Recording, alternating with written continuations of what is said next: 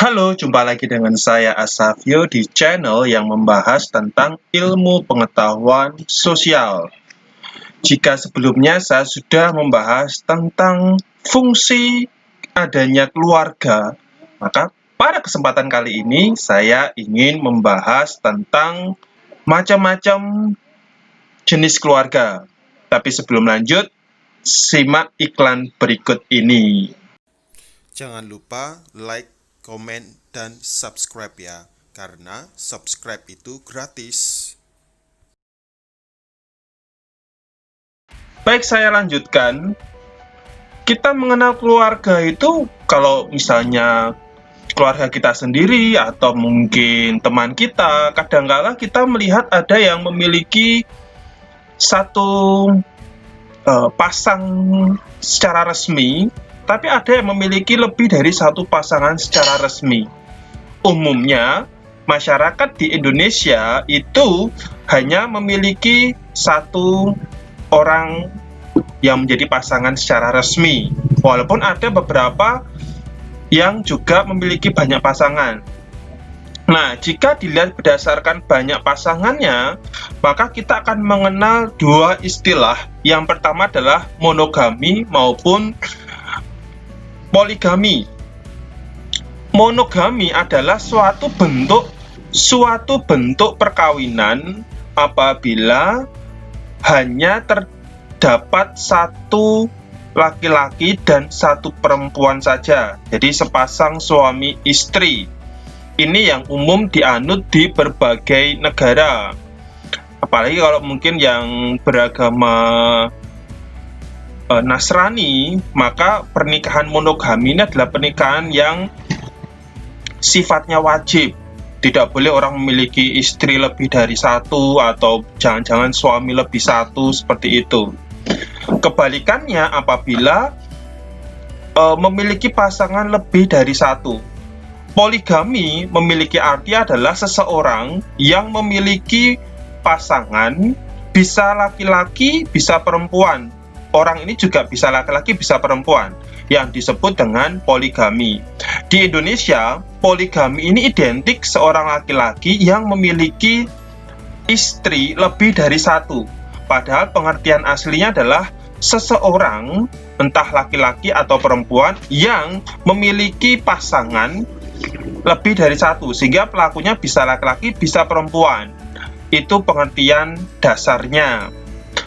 Bentuk poligami sendiri masih dibedakan menjadi dua. Nah, yang pertama adalah bentuk poligini. Poligini ini terjadi apabila seorang laki-laki yang memiliki istri lebih dari satu. Jadi pasangan di sini berarti adalah lawan jenis ya. Jangan sampai kalian berpikir bahwa pasangan di sini, seorang laki-laki memiliki istri dan juga memiliki laki-laki. Tidak, karena yang di sini adalah pernikahan secara resmi yang diakui oleh pemerintah. Tentu saja kalau di Indonesia adalah laki-laki dan perempuan.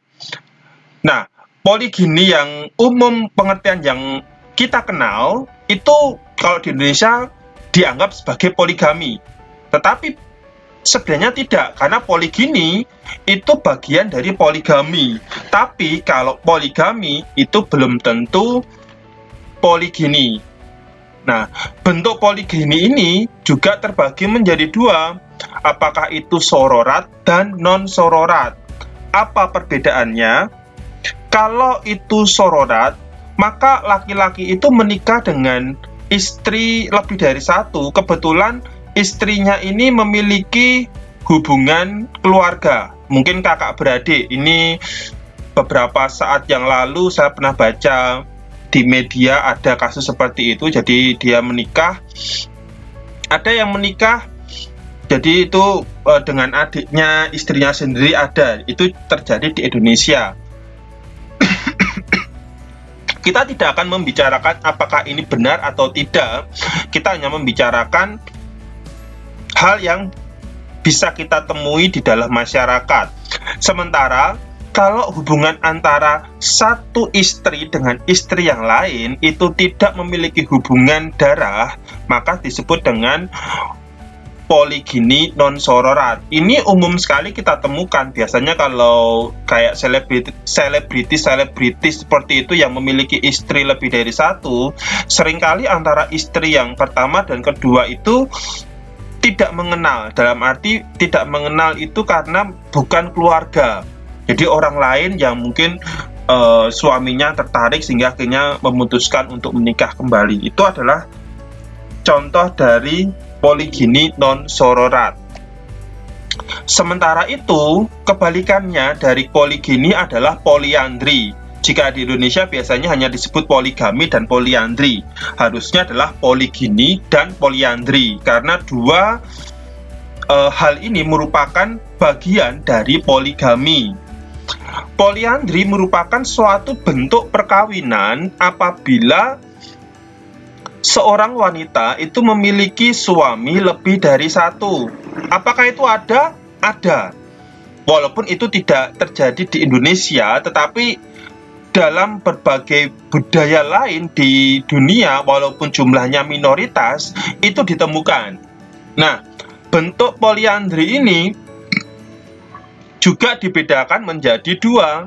Apakah fraternal atau non-fraternal? Apa yang menjadi pembeda? Kalau poliandri fraternal, itu seorang wanita memiliki suami lebih dari satu, di mana antara suami satu dengan yang satunya itu memiliki hubungan kekeluargaan. Misalnya ini contohnya ada di kawasan Himalaya, India.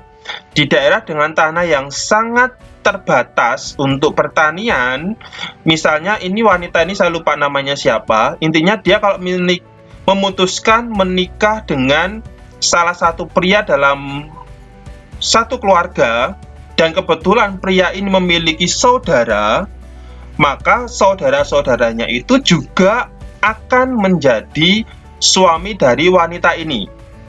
Seperti itu. Nah, apakah itu tidak mengakibatkan kecemburuan atau bagaimana? Di sana sudah ada suatu budaya. Kalau kamu mau ya silahkan. Tapi kalau kamu merasa tidak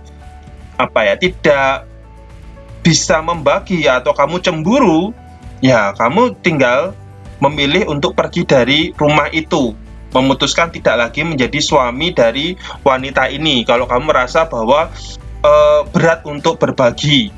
Nah, jadi tidak ada suatu bentuk paksaan. Kalau memang saudara-saudaranya ya udah nggak apa-apa, saya menjadi suami juga dari istri kakak saya, itu tidak masalah. Karena memang di sana daerahnya itu sangat terbatas lahan yang subur, dan daripada nanti lahan yang sangat terbatas ini masih dibagi-bagi. Kalau misalnya 5 orang ini memiliki istri sendiri-sendiri, maka lebih baik hanya memiliki satu istri saja. Tetapi kebalikannya, kalau ini bentuk poliandri di mana antara suami yang satu dengan yang satunya atau yang lain itu tidak memiliki hubungan keluarga, maka ini disebut dengan poliandri non-fraternal.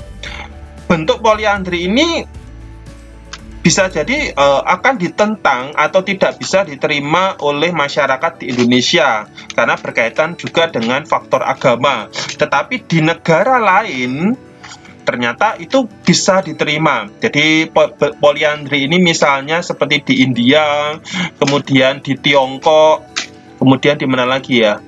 Ya, saya tahunya di situ. Di dua negara ini ada suku-suku yang masih menerapkan sistem poliandri di dalam masyarakatnya. Kemudian, berdasarkan asal suami istri, maka dibedakan antara endogami dengan eksogami.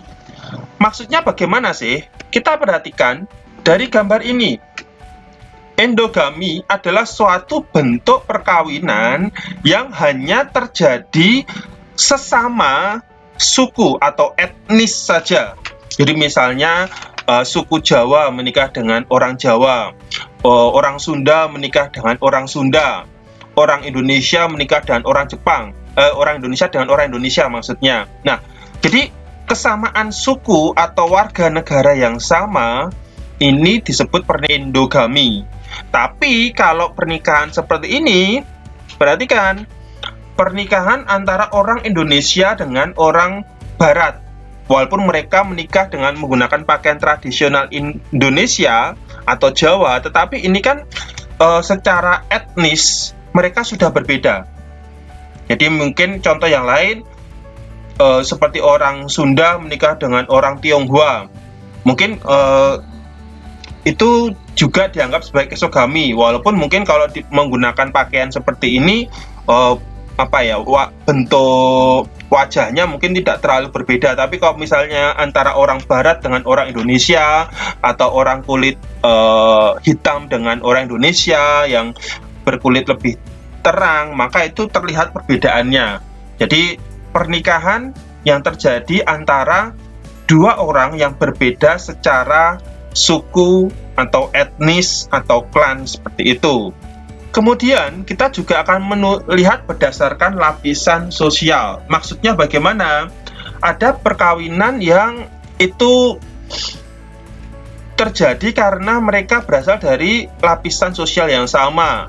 Misalnya antara orang kaya dengan orang kaya, antara bangsawan dengan bangsawan, antara keluarga kelas menengah dan keluarga kelas menengah, dan pada intinya memiliki status sosial yang sama. Karena biasanya suatu bentuk perkawinan seperti ini seringkali orang cenderung mencari yang selevel.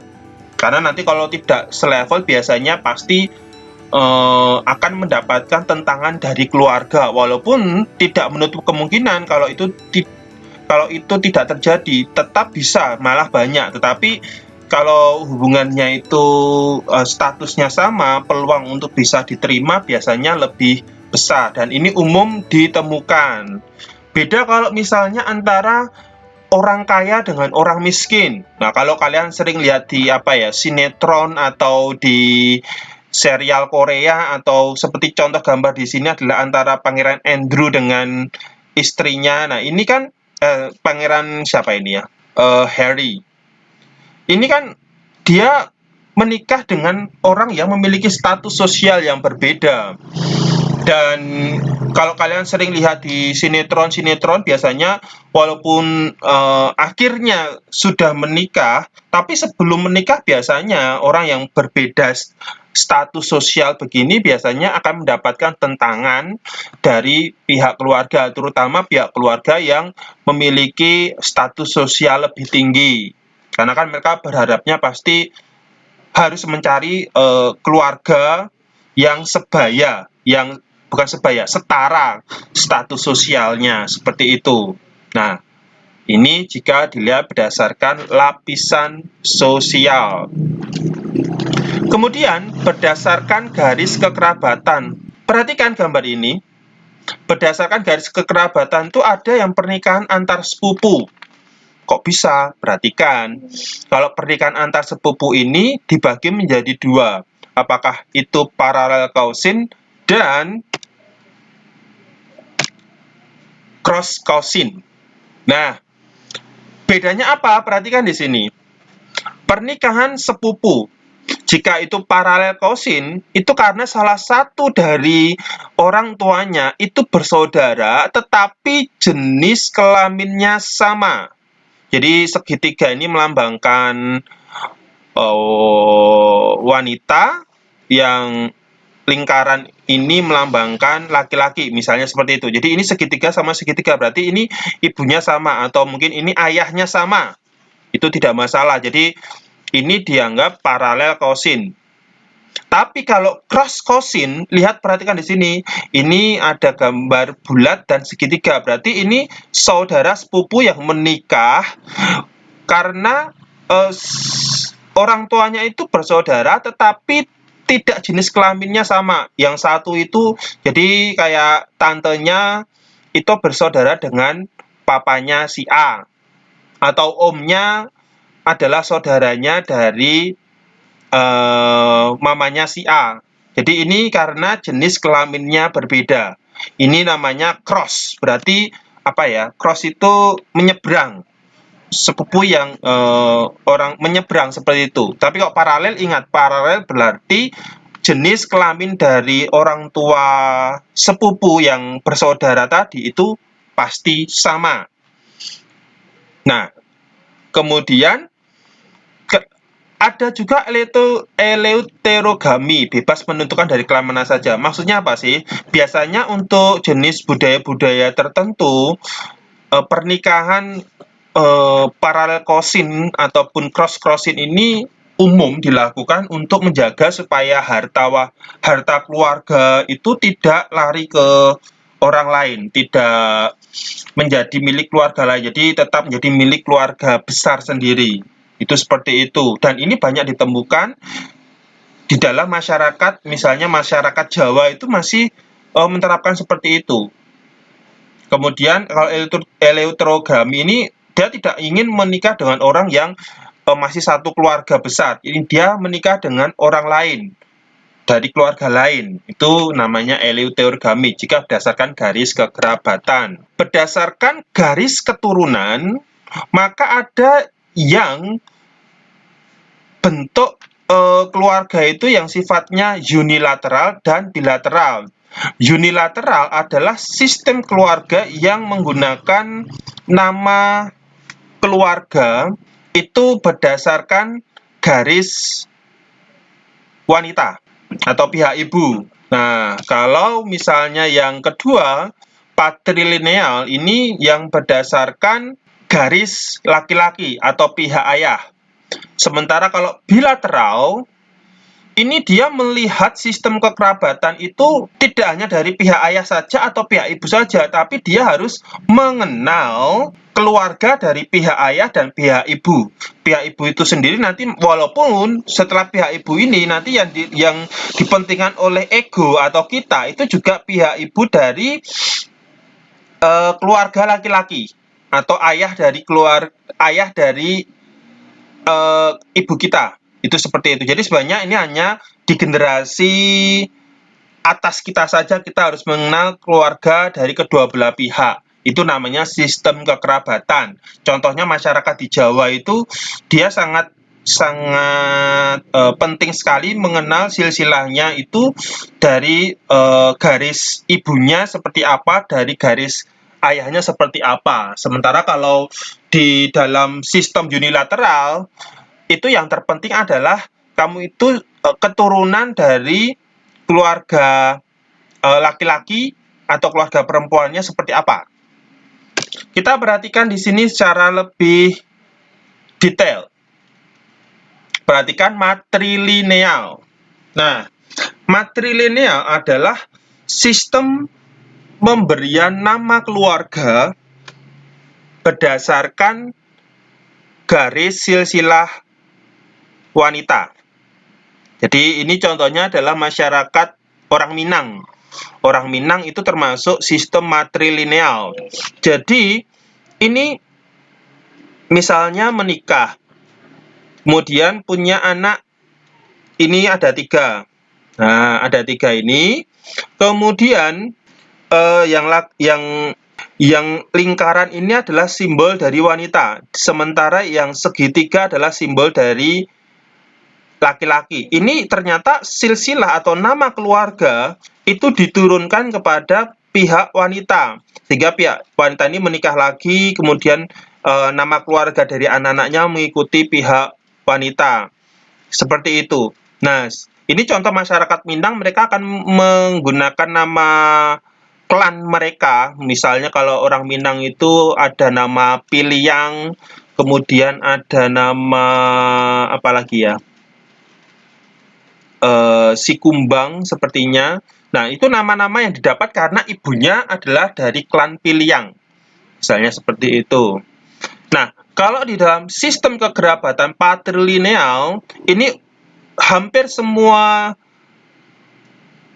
sistem masyarakat yang ada di dunia menggunakan sistem patrilineal karena dia menggunakan nama keluarga berdasarkan pihak laki-laki atau pihak ayahnya. Jadi di sini kalian bisa perhatikan, ini misalnya dia menikah Ini laki-laki, kemudian dia punya anak 2, kemudian nama keluarganya diturunkan kepada pihak laki-laki. Dan ini terus sampai yang terakhir. Ini contoh paling gampang kalau di Indonesia itu seperti orang Batak. Orang Batak, orang Tionghoa, itu kan nama marga, nama keluarganya itu diturunkan dari pihak laki-laki. Sehingga, baik, sampai di sini ada yang mau ditanyakan? Jika ada pertanyaan, silahkan komentar di bawah ini. Dan jangan lupa saksikan saya di video-video yang lain. Sampai jumpa.